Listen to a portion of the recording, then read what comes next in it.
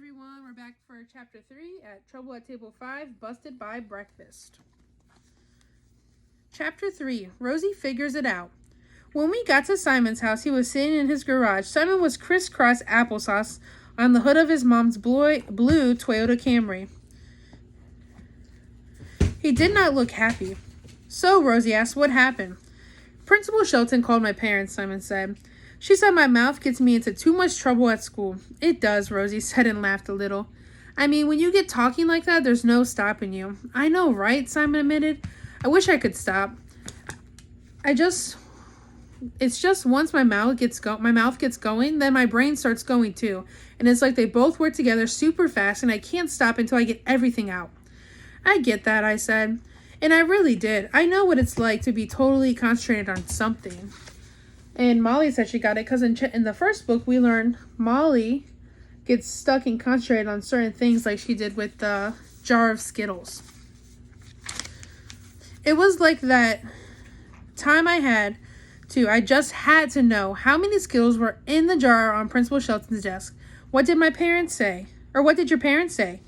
She only talked to my mom, Simon explained as he slid off the hood of the car. He brushed off his pants. The car was dirty. Dad's out of town. He had to go to Cincinnati for work. What did your mom say? Rosie asked. She wasn't too upset, but she said I have to tell Dad right when he gets home, Simon answered, like the moment he gets out of the car.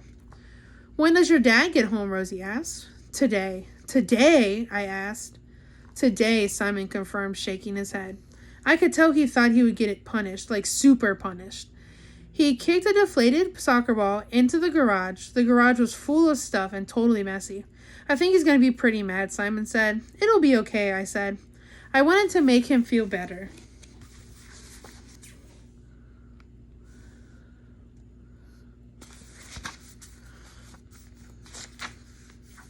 I don't think so, Simon said. Dad had to work on the weekend. He has to drive all the way home or here from Cincinnati on Saturday. He's going to be tired and grumpy when he gets out of the car, and I'll be right there to tell him I got into trouble at school. It was bad. All three of us knew it.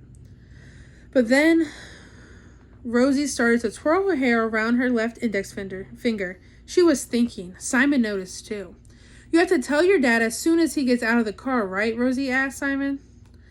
She wasn't looking at him. She was looking in the garage as she twirled her hair. Yeah, Simon answered slowly. And he's going to be in a bad mood? Probably. So, Rosie said, turning away from the garage and towards us, what if, when he gets out of the car, the garage is totally clean and your mom's car is washed and shiny? Would that change his mood? So it's going to show us a little map of where Simon's dad had to drive to and from, and then Rosie's plan. Simon opened his eyes wide. He liked the idea immediately. He would be totally surprised, Simon said, and smiled. And totally happy. He's always talking about what a mess this is. But there's never time to clean it up. Simon hesitated for a few seconds. He stared into the garage, turning his head from left to right. But Mom said he's going to be home around dinner time. There's no way I can get this done by then. Rosie looked at me. I looked at Rosie. And we looked at Simon.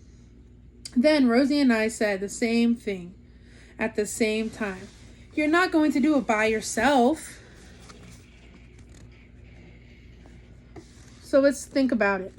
Who do you think is going to help him if he's not going to do it by himself? So we have Simon, it's his garage, and then Rosie, who came up with that idea, and then the narrator, who is Molly. So make a prediction, and you're going to find out in chapter 4.